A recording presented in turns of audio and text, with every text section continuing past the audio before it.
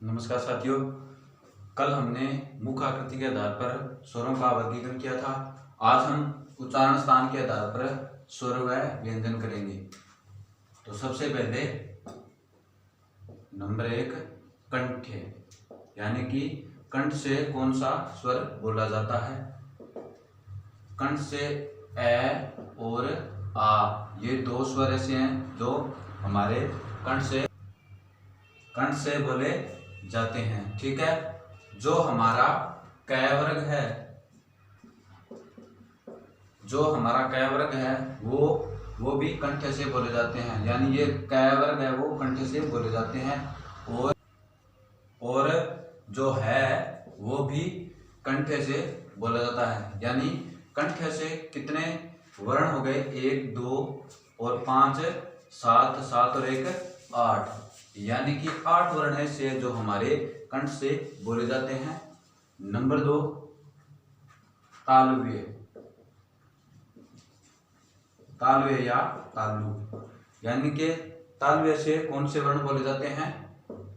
एक तो ई और एक बड़ी ई। ये दो स्वर ऐसे हैं जो हमारे तालव्य से बोले जाते हैं। और हमारे जो व्यंजन का जो च वर्ग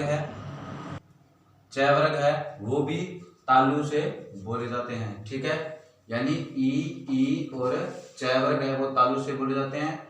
और य और श, ये वर्ण भी तालु से बोले जाते हैं। तो इनकी संख्या कितनी होगी? 1 2 5, यानी कि 7 7 और 1 8 8 और 1 9। तालव्य से कितने वर्ण बोले जाते हैं? 9 वर्ण बोले जाते हैं। ठीक है। नंबर 3 अब आ जाएगा ओष्ठ्य से। ठीक है, ओष्ठ्य से उ, बड़ा उ, ये दो ऐसे स्वर हैं जो ओष्ठ्य से बोले जाते हैं, यानी होठों से बोले जाते हैं। और पै वर्ग है जो हमारा, यानी व्यंजन का जो हमारा पै वर्ग है वो भी ओष्ठ्य से बोला जाता है। तो इनकी संख्या टोटल हो गई 5 और 2 7। कितनी हो गई? 7। तो 7 वर्ण हमारे ऐसे हैं जो होठों से बोले जाते हैं। नंबर 4 मूर्धन्य।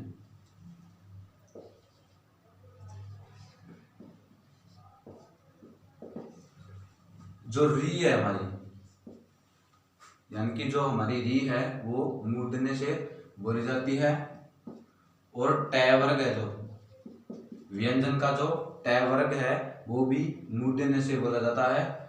और रे और श, ये दो वर्ण भी मूर्धन्य से बोले जाते हैं, यानी कि 5 5 और 1 6 6 और 1 7 7 और 1 8, यानी कि 8 वर्ण ऐसे है जो हमारे मूर्धन्य से बोले जाते हैं।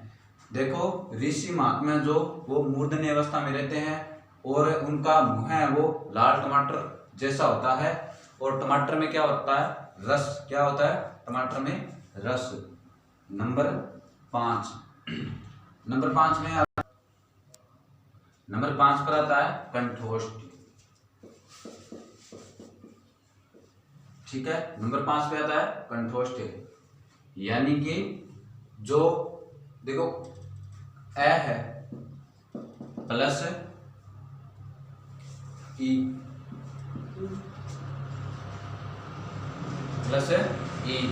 यानी कंठ तालु से होगा ये, कंठ तालु, यानी कि जो कंठ तालु से ए और ई प्लस बन के क्या बनाता है? ए। और आ प्लस बड़ी ई मिलके क्या बनाती है? आई। ए और आई, ये दोनों स्वर है वो कंठ तालु से बोले जाते हैं। ठीक है। नंबर 6 कंठोष्ठ।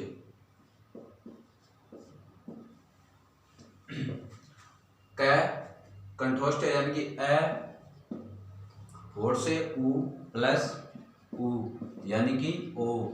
जो हमारा ओ स्वर है वो कंठोष्ठ से बोला जाता है। और औ भी कंठोष्ठ से बोला जाता है।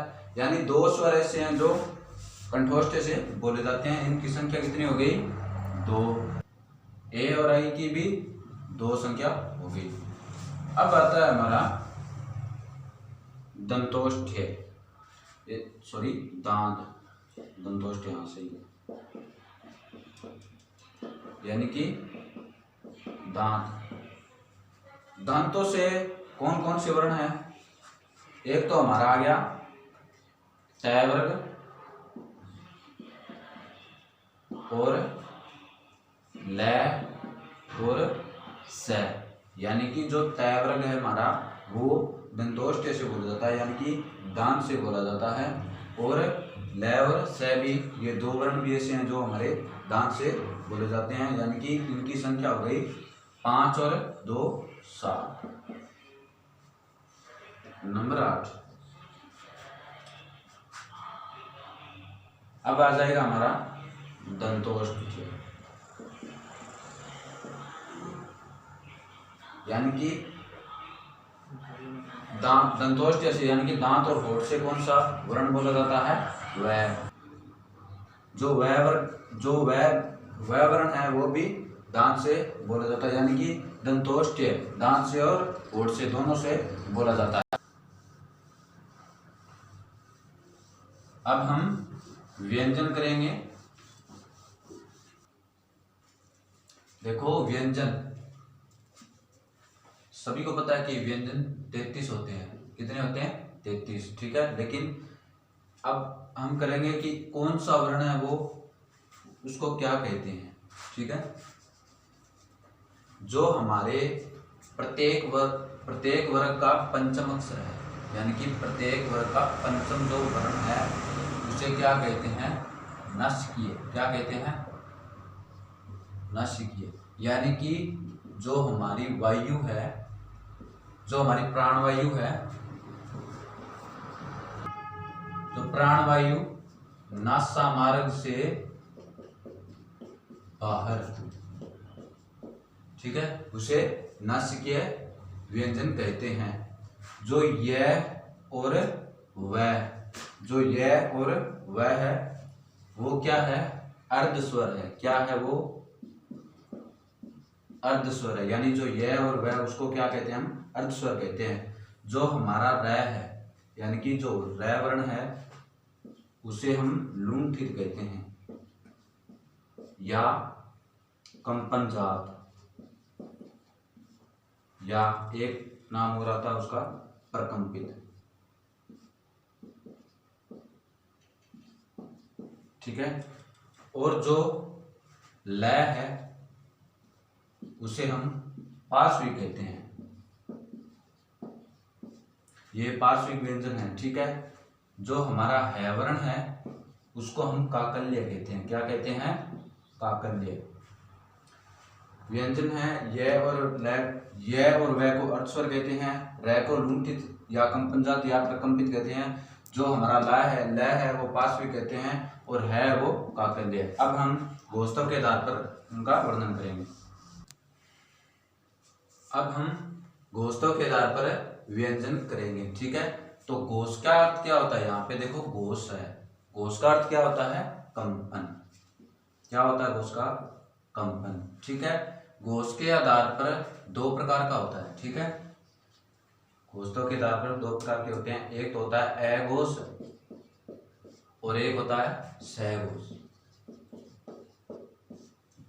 ठीक है। अ का अर्थ होता है नहीं, यानी कि नहीं, और घोष का अर्थ होता है कंपन, यानी कि वे वर्ण जो कंपन नहीं करते उन्हें अघोष कहते हैं, ठीक है। स का अर्थ होता है सही या सहित, ठीक है। और घोष का अर्थ होता है कंपन, यानी कि वे वर्ण जो कंपन होते हैं, यानी कि उनका उच्चारण करते समय हमारे मुख में कंपन होता है, उन्हें सघोष कहते हैं। तो अघोष और सघोष को याद करने के लिए एक आपको लाइन याद रखनी है, वो है 12 प्लस तीनों स, 12 प्लस तीनों स अघोष बाकी सारे सहघोष, सहघोष यानी 12 प्लस तीनों से अघोष, बाकी सारे सहघोष। अब देखो 12 यानी कि जो हमने पहले लिखा था, यानी क, ख, ग और अंग, ये 12 यानी क और ख,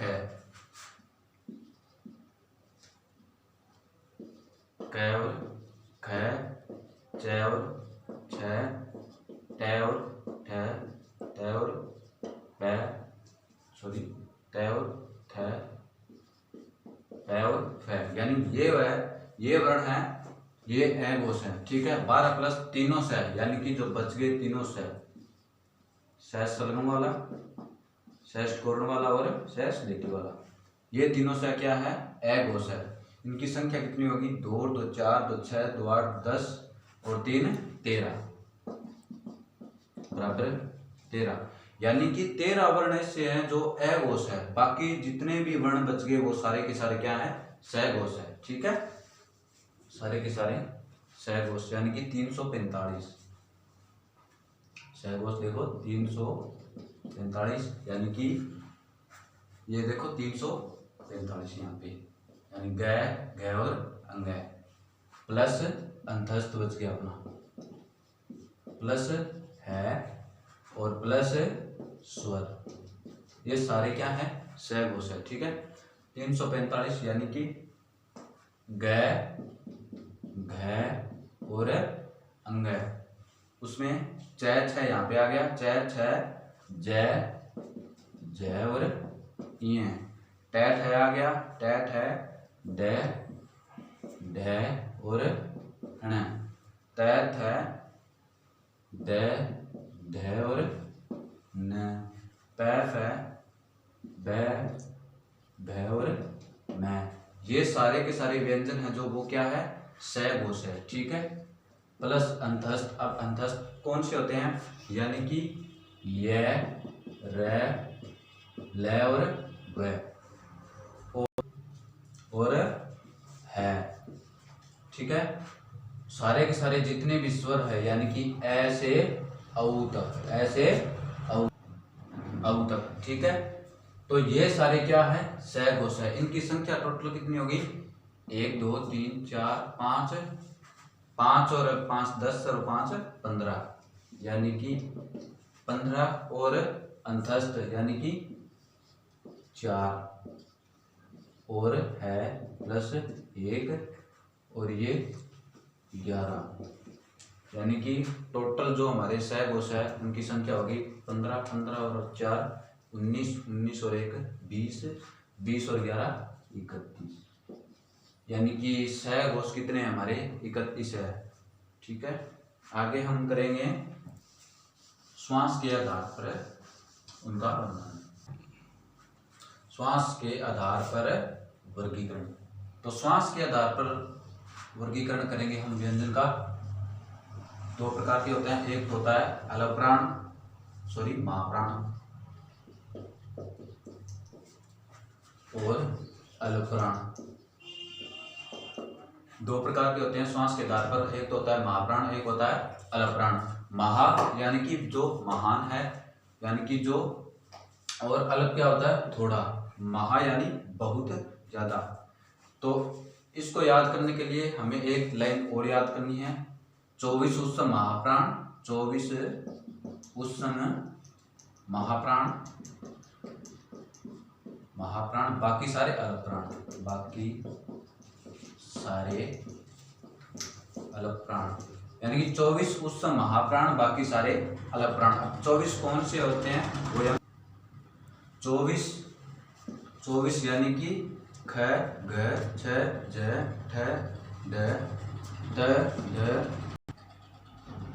ख और भ, यानी कि 24 आ गए हमारे, ये बच गए उष्ण। ठीक है, उष्ण कौन कौन से होते हैं, श कोर्ण वाला, स और है। ठीक है, सॉरी हाँ है, ये सारे क्या है, महाप्राण है। ये सारे क्या है, महाप्राण है। इनकी संख्या हो गई 2 और 2 4 2 6 2 8 10 और 4 10 4 यानी कि 14। जो 14 वर्ण है वो क्या है, हमारे महाप्राण है। अब बाकी सारे जो बच गए वो क्या है, अलग प्राण है। ठीक है, अब देखो अलग प्राण यानी कि 135। ठीक है, क ग अंग च ज न ट ड न त द न प ब और म। ठीक है, प्लस अंतस्थ कौन से होते हैं, य र ल और व, प्लस सारे स्वर ऐसे औ तक। इनकी संख्या कितनी होगी, 11। ये हो गए 4 और ये हो गए 1 2 3 4 5 5 दिया 15 प्लस 4 प्लस 11 15 15 और 4 19 19 और 1 20 और 30 हो गए सारे। ठीक है, यानी कि जो हमारे अलग प्राण है वो उनकी संख्या कितनी है, 30 है। तो आज के लिए इतना ही, आगे हम नेक्स्ट